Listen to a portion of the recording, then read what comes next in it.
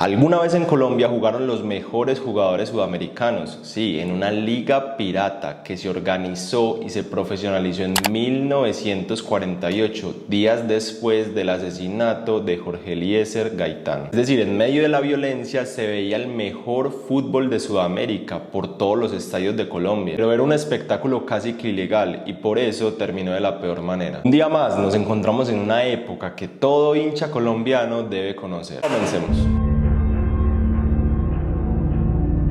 La profesionalización del fútbol colombiano se dio en 1948, cuando un grupo de empresarios, un grupo de dirigentes se reunieron para crear una liga separatista con 10 clubes de las principales ciudades. Esta institución que se conformó se le conoció como la DIMAYOR, que ya venía de años atrás, por supuesto en cabeza de Alfonso Senior. Era la primera vez que se jugaba una liga en Colombia, pero surgió un problema. ¿Qué era lo que pasaba? En Colombia se jugaba casi que una liga ilegal, porque la DIMAYOR no estaba cubierta por FIFA, la máxima autoridad la que regula las normas y las leyes en el fútbol. Pero en Colombia se dieron cuenta que eso no era un problema, era más bien una oportunidad, porque los clubes se dieron cuenta que con este suceso, la DIMAYOR al no estar regida por FIFA, se podía saltar algunas obligaciones contractuales. Entonces, ¿qué hicieron los clubes?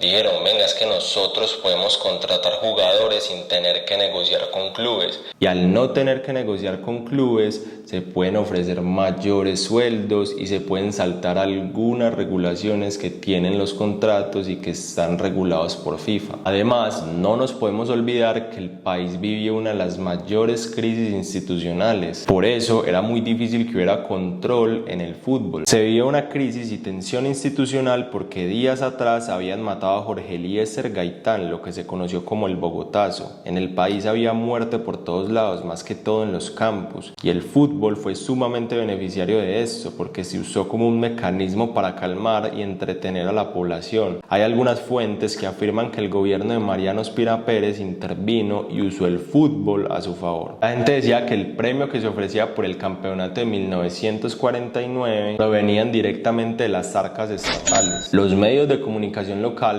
estrictamente dirigidos por el gobierno promocionaban el fútbol sin descanso. Otro argumento que decía la gente era que sí, los clubes no tenían que pagar altas sumas de dinero de tarifas a terceros para contratar jugadores, pero igual el país tampoco es que estuviera muy bien económicamente, entonces ¿de dónde se permitían altas sumas de dinero para contratar a los mejores jugadores de Sudamérica?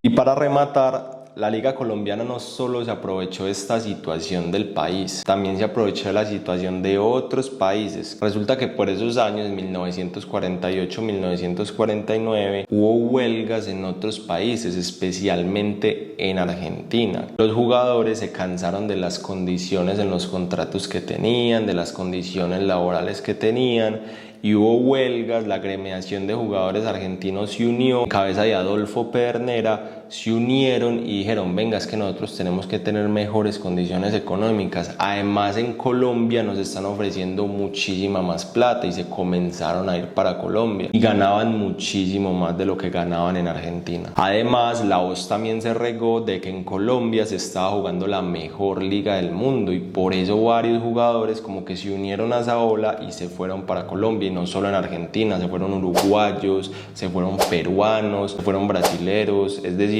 todo Sudamérica se unió a este movimiento que se está dando en Colombia. La AFA no reconocía una agremiación de jugadores, los clubes incurrían en injusticias, los jugadores reclamaron un sueldo mínimo y la libertad de contratación una vez cumplido el compromiso laboral. En este momento, ante todas estas situaciones, fue que comenzó el dorado colombiano, y Estefano, Pedernera, Cosi, Néstor Raúl Rossi y unos ingleses que se fueron a jugar a Millonarios.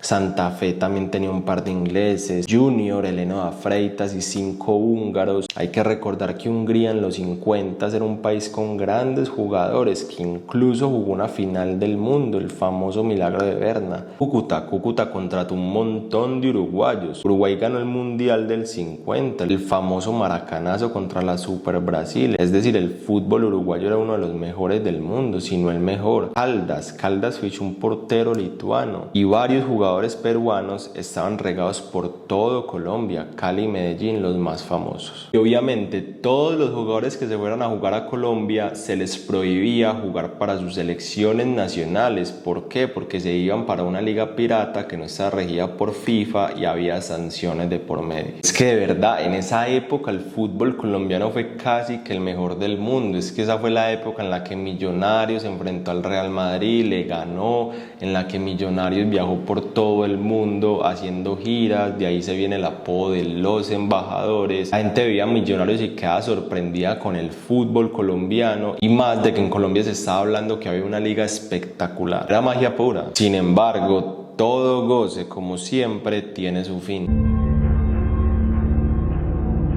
A raíz de la ilegalidad, varios clubes, varias instituciones en otros países comenzaron a decir: venga, esto no puede seguir así, hay que hacer algo con Colombia porque nos están robando los mejores jugadores. Entonces, ¿qué pasó? La AFA se reunió con varias instituciones de otros países y dijo: venga, reunámonos y hagamos un congreso con la FIFA y con DIMAYOR para solucionar este problema. Ahí fue que se dio el Congreso Especial en Perú en 1951. Se reunieron AFA, CONMEBOL, FIFA y DIMAYOR para resolver esta problemática. Se comenzó a negociar y tras varias disputas se llegó a un acuerdo. Primero se necesitaba afiliar a la DIMAYOR con la FIFA. El afiliar a la DIMAYOR con la FIFA haría que se cumplieran las normas que estaban reguladas por FIFA. Y lo segundo era que la DIMAYOR tenía un plazo de 3 años, es decir, de 1951 a 1954, varios de los extranjeros que estaban jugando ilegalmente en Colombia debían regresar a sus países de origen, lo que fue terminando progresivamente con el dorado colombiano. Hay dos conclusiones importantes en este punto. Los clubes para 1954 ya habían perdido a sus principales estrellas. Di Stéfano se había ido para España a jugar con el Real Madrid. Claro, como el fútbol colombiano comenzó a perder a sus estrellas extranjeras, le tocó defenderse con el fútbol local, pero había un problema.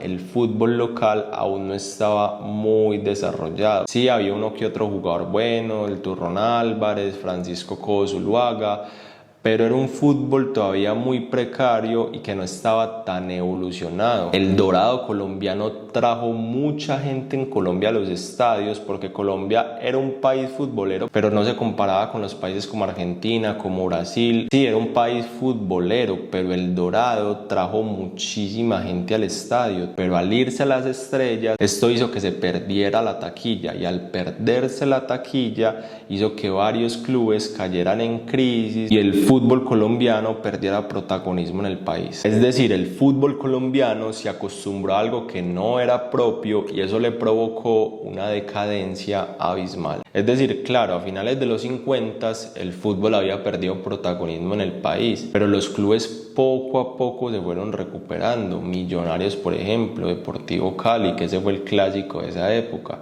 se fueron recuperando, fueron cumpliendo el pacto, fueron aprovechando y explotando el talento nacional que había acá, y el fútbol colombiano fue despegando de a poco. Sí, había buen fútbol en Colombia, pero no se comparaba con lo que se había vivido en el Dorado.